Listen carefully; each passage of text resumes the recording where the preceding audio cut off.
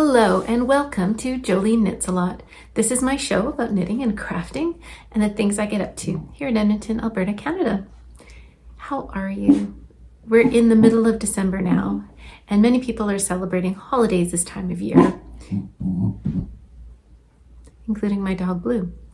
If you are, like me, are getting ready to celebrate some holidays with family and friends, then you've probably been a little bit busy. I know I've spent the last couple of weeks doing some baking, doing some shopping. We've got some get-togethers coming up, and we've just been sort of generally hustling around this time of year. My whole family is very much looking forward to December 23rd, when school will be done, work will be done, the Christmas holiday parties will be done, and we will have a chance to slow down and rest and spend some time with family. And I know I'm looking forward to that. But I have been crafting the last few weeks because I'm the kind of person who likes to give things that I've made for the holidays. And so let me show you some of the things that I have finished. I finished my fourth and final, I'm sorry if you can hear my dog chewing. He's eating a dried up sweet potato, but it keeps him happy. And so we're just gonna let him chew. I finished my fourth and final Sherbet Bandana. This is a free pattern I will link in the show notes below, and it's fabulous for using up leftovers, which is what I did. This one is using some Big Birdie, which is an alpaca silk blend by the Lamb & Kid. This is the gently toasted colorway, and I used up all I had of that, and then I used some of this Drops Air, which I had made a vest out of. For the second half, and it's I think a sweet little scarf, and that is going on the gift pile. These were really quick to knit up. I used a 5mm needle, and this yarn is, I would say, Aran weight, definitely heavier than a worsted weight. So it does go quickly because of the bigger needles and the bigger yarn. I also worked up my December sock tube, which was my last sock tube in my year of sock tubes. I had last December gotten this crazy idea that I would crank a bunch of yarn into sock tubes, and I would put them in little bags, and every month I would pull one down and I would make that sock tube into a pair of socks. This is the last pair from that project. This is some yarn, I believe it's called Yuletide. It's a yarn by Comfy Cozy Fibers Yarns. And I used this red yarn. I'm not even sure. Actually, I think it came with it. I think it was a sock set. So they're a cute little pair of relatively shorty socks. And this will go into my sock box, which is my random box of socks where I pull out gifts or if my daughters have friends over, sometimes they raid the sock box and people go home with a pair of socks. They're just extra socks that I have knit up and don't have a real destination for immediately. And so they're just there waiting for the right person to come along and claim them. So in conjunction, alongside with my year of sock tubes, I started a project last January called My Favorite Blanket. This was a year-long knit-along hosted by the Bakery Bears, where every month you got a piece of a pattern where we were knitting a blanket. And the Bakery Bears were showing how to dye yarns based on flowers that were blooming at that time of year. Very committed. I'm not a dyer, and I do have a lot of fiber hobbies, and so I don't really want to pick up another one at this time. But what I did have was a bunch of variegated yarn, speckled skeins that had been sitting in my stash for a long time and really just needed a home. And so I took all of those yarns. I made sort of a fade, if you will, sort of a fade. I put them in the bags with my sock tubes, and then every month I pulled out a yarn and I used that for my blanket. And as of last week, I think I finished and I have a blanket. This is a DK weight blanket because I used fingering weight held double. The original pattern was for 2 different colors held double, but I just used my same yarn held with itself. And so let me just walk you through this year of blanket. And this was a really, really lovely knit. So if you're looking for a blanket or a project to bust through some stash, you could easily use this pattern to use up stash yarns. And I think it would make a really great scrappy blanket as well. But let me just show you the right side. Starting in January, oh, I still have some ends to tuck in. This was the January section. I'm not going to be able to show you this whole thing. At the end, I'll show you a picture because it's just too much, too much for this camera. Anyway, this is the January section. The whole thing was knit in garter stitch. February, March, April, and then after April, because this was knit corner to corner, we did a bit of shaping, and so it becomes at this point a rectangle. Sorry, blue's bumping into you. I hope you don't mind. In April, we started adding a bit of a lace texture. I think just for interest and to keep the blanket moving, sort of, just to give some interest to the knitter. So this is April, May, June, July, and then after July, we switched back to just garter stitch and started shaping again. Where was I at? Is this August? I'm sorry, I'm lost. August, September, October, November, I don't know. Where am I at? December. And so that is my blanket. I'm going to pop a picture here because it's just too much blanket to contain in this little screen. But, oh, I will say this. I have not blocked this blanket yet. It is all very gushy garter stitch. I believe I knitted on a 5mm needle.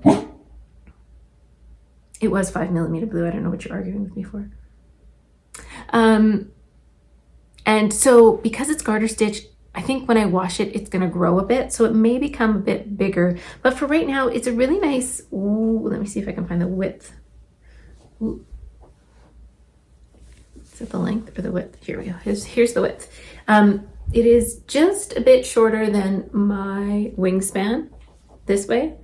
But it covers me quite nicely. And then if I were to drape it down across my body, and if I had it up here, it covers my toes. I'm about 5'6". That's probably rounding up a little bit. I'm not a very tall person. But this blanket is just perfect for me. And I think if I were to wash it and it grew a little bit, then that might be okay too. These are all superwash yarns, but I think my plan is going to be to give it a wash in my machine on a gentle cycle and then just lay it out or hang it up to dry. Probably lay it out so it doesn't stretch out too much. And then that will be that. And so, you know what? I'm really, really happy to have this project off the needles. It was a lovely way to knit a blanket. I think blankets can be a lot of knitting. Well, for people they are because they're bigger. There can be a lot of knitting, and so to do a blanket like start to finish is a big commitment. But to take it in chunks and to do a little bit every month was a really great way to end the year with a lovely blanket and sort of a nice memory. So I think what I will be doing is giving this blanket a gentle wash later. I'll lay it out to dry. And then I'm definitely going to be using this a lot over the holiday season when we take time to relax and unwind. I have one more thing off my needles, and that is a completely selfish thing. Maybe last month, maybe the month before, I had knit up a pair of mittens for myself. They were some super mittens. Super mittens are my favorite mitten pattern for a go-to quick warm mitten. Not sponsored, just a fan. I had made the adult small, and I always use, well, not always, but I often use Woolly's Thick and Quick yarn, which is a really chunky, warm acrylic and wool blend that wears really well and can be washed. Those mittens after wearing them a couple times, I decided they're just too big for me. So I'm going to wash them and I'm going to put them in the donate pile. And I was by Michael's and I picked up another skein. And I made myself the smallest pair of these mittens. This is a child-size mitten, and my hands are kind of tiny, but they're not that tiny. Anyway, these fit quite snugly, but I think they'll be lovely dog walking mittens. And look how actually well matched they are. This is some fun kind of stripy, almost fadey Woolies yarn. I believe it's called Carousel, but they're super fun. I think they will be very warm. And like I said, I can't recommend the Super Mittens pattern enough, particularly for if you're knitting to donate. This is a fabulous pattern. You can use acrylic with wool yarns that are superwash, inexpensive yarns, and you can get a lot of bang for your buck. If I had 2 skeins of this yarn, I think I could make about, I'm pretty sure I could make 3 pairs of the smallest size. So the yarn does go pretty far. So these are my Super Mittens. Those are for me and kind of for Blue because I'll be wearing them when I walk him. And then I have a couple other little things, one of which I finished maybe a month or 2 ago, and the other one I just finished this past week. And these are some gifts for my daughters. When you're raising daughters and you're trying to make them independent and think for themselves and strong women, at least that's the goal. I made them 2 little cross stitches, 1 each. So this is the one I made a couple months ago. It says "Smash the Patriarchy." Strong women. And then the other one is this one. It says "Feminist," and I just finished this one this week. So I think this one will be going to my younger daughter, and this one will be going to my older daughter. So yeah, those are 2 little things that I finished up. These are 2 little kits by Junebug and Darlin. I can't recommend their kits enough if you are interested in learning how to cross stitch. I believe that both of these were considered a simple cross stitch pattern. So if you like these and you're interested in learning, this would be a good way to do it. Junebug and Darlin kits are so well put together. They come with full skeins of the yarn that you need, or the thread that you need. It is way too much for what you need for this pattern. And if you were to supply add a couple more supplies, you could easily make these patterns a few times with all the yarn that they supply. You get a couple of needles. You get the fabric, which is this Aida cloth, which is used for counted cross stitch. You can see it's got like a grid on it, and that is what is used for counted cross stitch. The hoop. It comes with some felt for the back, and also some on the inside, some batting. I always write on the back of my cross stitches. This one says "Love Mum" and the year. It comes with the picture graph or instructions for the cross stitch that you're doing. And then it comes with a booklet that explains from start to finish how to do cross stitch. It explains how to do many different stitches. It tells you how to do all of this finishing that I have done. So it tells you how to wash your finished piece, how to block it, and then how to finish it so that you have this nice backing on it. So the instructions are amazing. Junebug and Darlin have done a great job with their cross stitch kits. And if you just want the chart for the cross stitch, you can go on their website and download the PDF charts for a smaller fee. So they're really great for cross stitch, especially modern cross stitch like these ones. In fact, I have a Junebug and Darlin chart that I think I might be working on over the Christmas period. If I get really cozy, I might do some more cross stitch. And that is all the things I have finished in the last week or 2. I did do some baking though. The last time I shared with you my recipe for butter tart squares, and I think some of you have actually even tried making them. I hope that you enjoyed them as much as we enjoyed them. Mine are still sitting in my freezer waiting to be dug out. But in the last couple of weeks, I have made some Chewy chocolate cocoa Chewy cocoa gingerbread cookies. This is the title of what the cookies are. This is a recipe by Martha Stewart, and I will include a link in the show notes below so that you can find all of the ingredients and the instructions. But I hope you don't mind joining me as I make some cookies for my holiday period. So these are the Chewy cocoa, whatever I said on the screen. And I'll be sharing how I make these cookies with you now. Hello, and welcome back to my baking show. Today we're going to be making some chewy chocolate gingerbread cookies. This is a recipe from Martha Stewart, and I have included in the show notes below a link to this recipe so that you can find it easily instead of having to copy out all of the ingredients like last time. Today we're starting out with some softened butter. I have a half a cup of butter softened, and I'm going to be adding to that 1 tablespoon of grated peeled fresh ginger. It's this fresh ginger that really adds a lot of flavor to these cookies.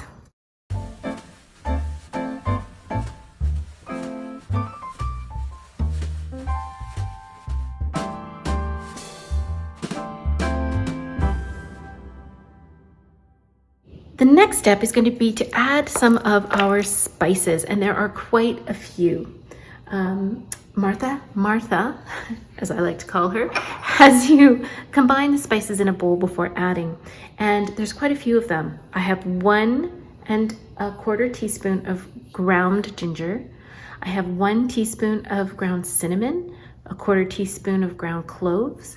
I have 1/4 teaspoon of freshly grated nutmeg, and I actually did grate some nutmeg for this process, and 1 tablespoon of cocoa powder. I'm going to mix that in too.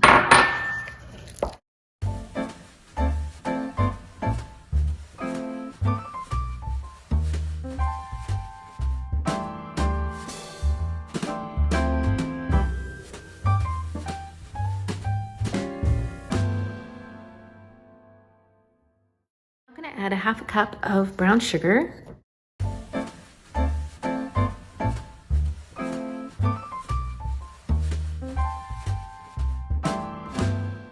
And I'm adding a 1/4 cup of fancy molasses.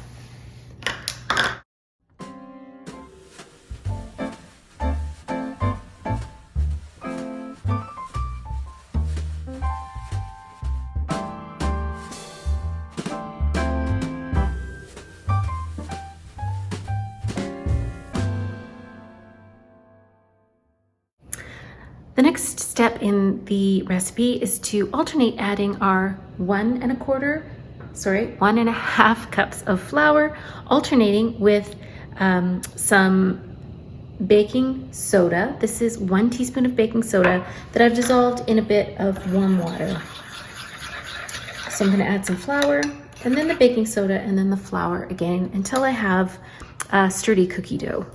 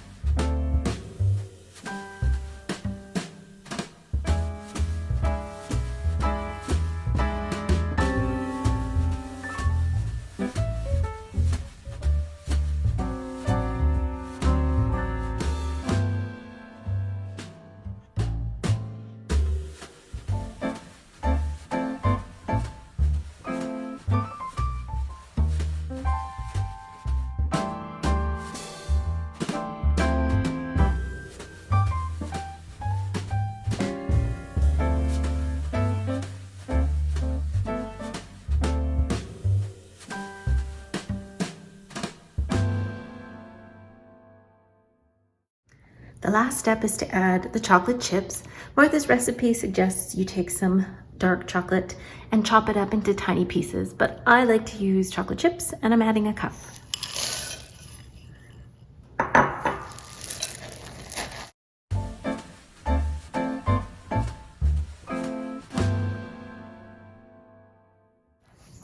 Now that I've got everything in my cookie dough, I'm going to put it in the fridge to cool down and firm up a bit before I roll it into balls. It's time to bake my cookies. I have preheated my oven to 325 degrees Fahrenheit, and I've got a bowl of granulated sugar and a cookie sheet lined with parchment paper. I'm using this little scoop, which gives me about a tablespoon's worth of cookie dough. And I'll roll each cookie and then roll it in the granulated sugar. I'm going to bake them for 13 to 15 minutes until they start being all crackly on top. And I'm going to keep my eye on them so they don't get too overdone. Once I pull them out of the oven, I'll let them cool on a wire rack and they'll be ready to go.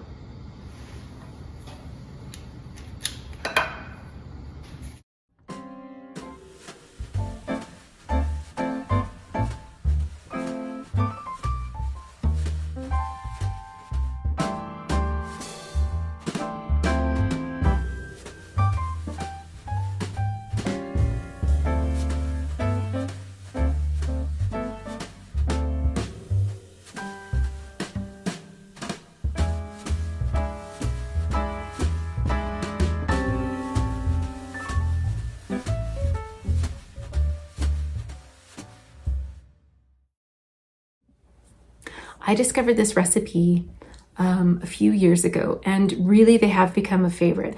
I think because they have a lot of tangy ginger flavor with the grated ginger as well as the dried spices.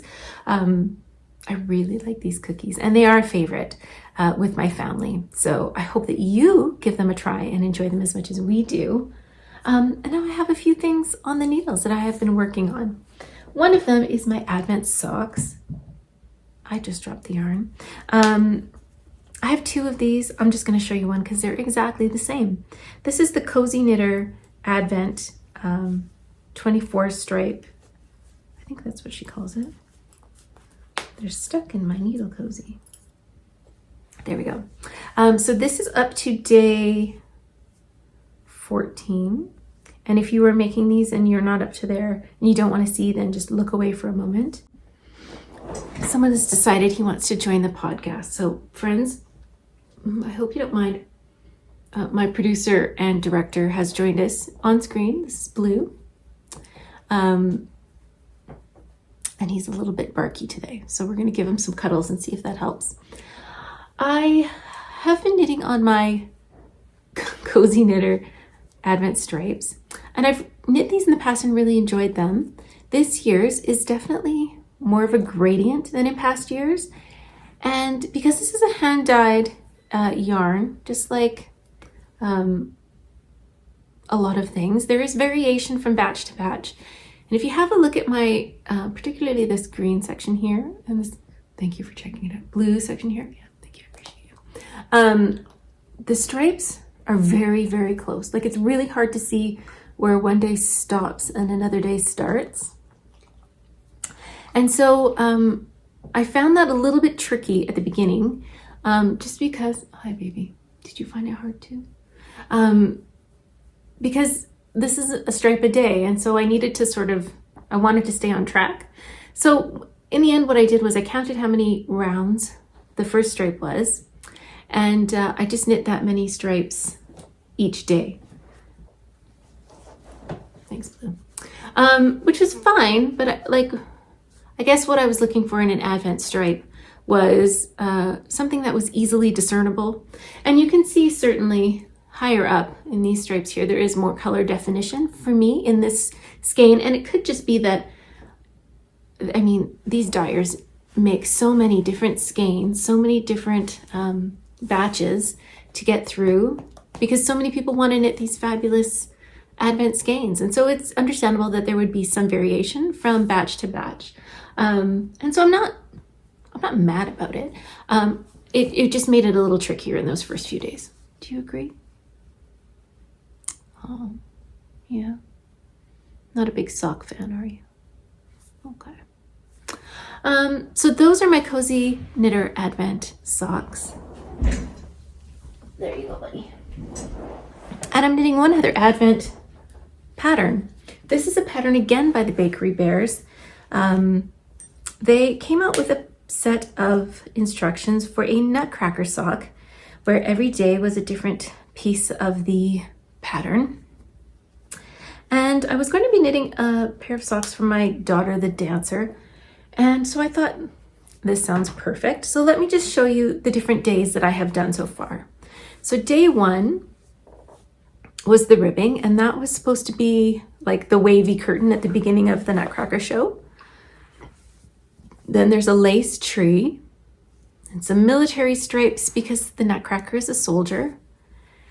And then there's a crisscross pattern which represents the battle between the Mouse King and the Nutcracker. Some more military stripes. These are supposed to be some waltzing flowers. And there was a heel section, which was the intermission. So I have done up to here. There's a new section that's come out today, which I think is going to be some more stripes. But I have been enjoying knitting this. The fun thing about this pattern is that I get a section every 2 days. And so every 2 days I knit, you know, really not a huge portion of a sock. So this was one day, this was one day, this was one day. And it's really easy to make progress because you're only knitting sort of a small section of a sock at a time. So they're going along quite nicely, and these I'm sure will be done for Christmas. I do have a second sock on the needles. I have been knitting these 2 at a time on 2 different sets of needles, and they're going along quite nicely, and they will be ready for Christmas. I am using a bunch of leftover yarns. This navy is some Swanky Sock by Magpie Fibers, which has some cashmere in it. This is Sheepy's Metropolis in the Warsaw colorway. The red is Sheepy's Metropolis in Naples, which I think these are quite like Christmassy, but also Nutcrackery, if you're familiar with the Nutcracker ballet anyway. So they seemed appropriate, and I think there'll be some really cozy socks for her to wear around the house, or also maybe after dance to pull on afterwards. I think she likes a really sort of thick and cozy wool sock after dance because it's like having a cushion on your feet.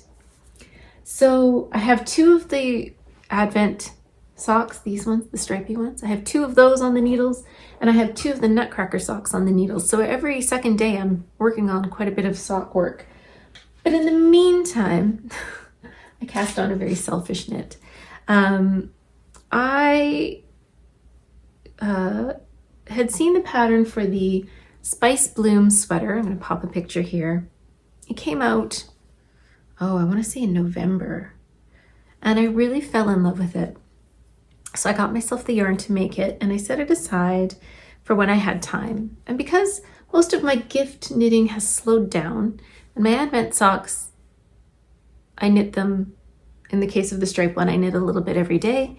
In the case of the Nutcracker ones, I knit a little bit every other day, but I had some time to work on something else. So I cast on the Spice Bloom sweater. This sweater is knit from the top down, and it has intarsia. Now, I haven't knit intarsia in a while. In fact, the chart of this sweater is a full page. It's really big. And so I just thought, well, I'll pick away at it. I'll knit the easy bits. So I'll knit the yoke to the armpits. And then if I still want something easy and I'm not quite ready for the intarsia challenge just yet, I'll knit the sleeves. And then hopefully by the time I've knit the yoke and some sleeves, it will be time for me to be on holidays and maybe ready to try something a little bit more challenging. The intarsia for this pattern is knit back and forth, as most intarsia is. And there's a very clever way of joining it in the round so there isn't a seam. It's really interesting construction, and I think that it'll be a fun challenge, but I do think that I'm just going to need some time to focus on it. There are some videos that come with the pattern, and I'm going to take some time, when I have time, to watch the instructional videos. So I think that for now, I'm just going to be working on the plain yoke and the sleeves, because that I don't need to think about too terribly much. And having something that doesn't require a lot of thought is sort of ideal for this moment.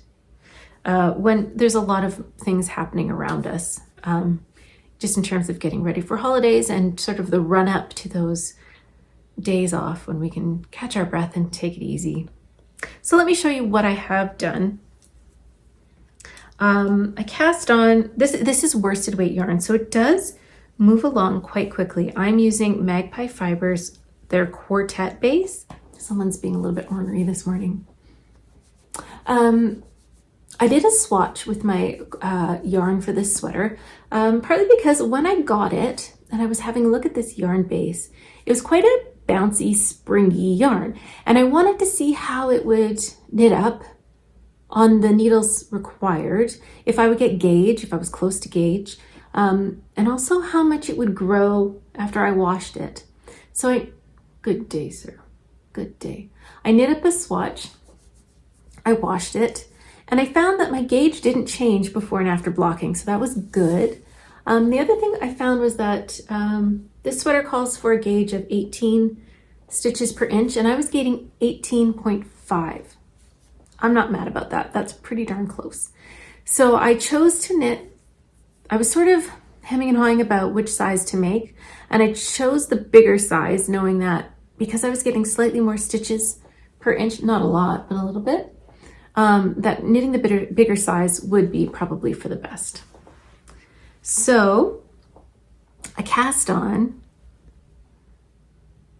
and if this dog will let me, I will show you my progress.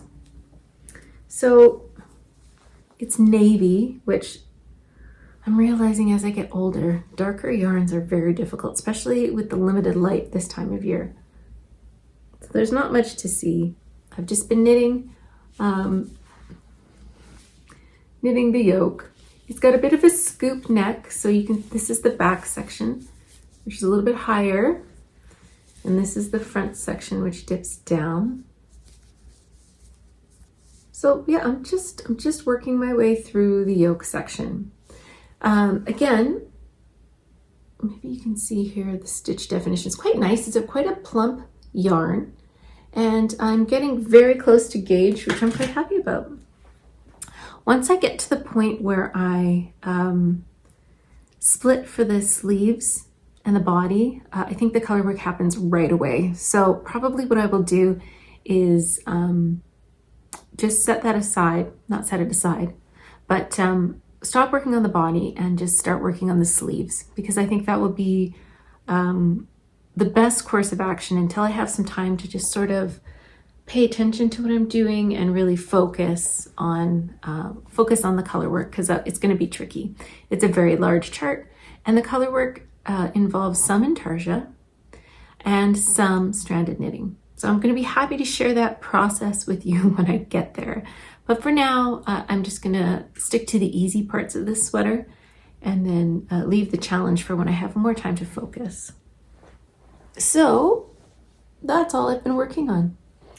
And Blue has been working on being an adorable dog, protecting the house. Anything else? Those are the highlights.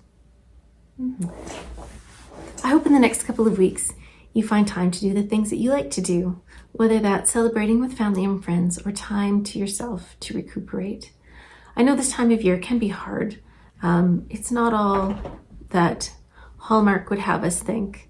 It can be a very difficult time this time of year, especially if you're missing someone, or if you aren't with the people that you love, or if you find yourself spending these times by yourself. I hope that you remember that in a couple of weeks we'll be back together talking about crafting and the work of our hands, and I know that I will see you soon. I hope that you have time to enjoy the things that you enjoy doing in the next couple of weeks. I hope you find time to fill up your own cup. I know I will be knitting a lot. I will see you soon. Bye-bye.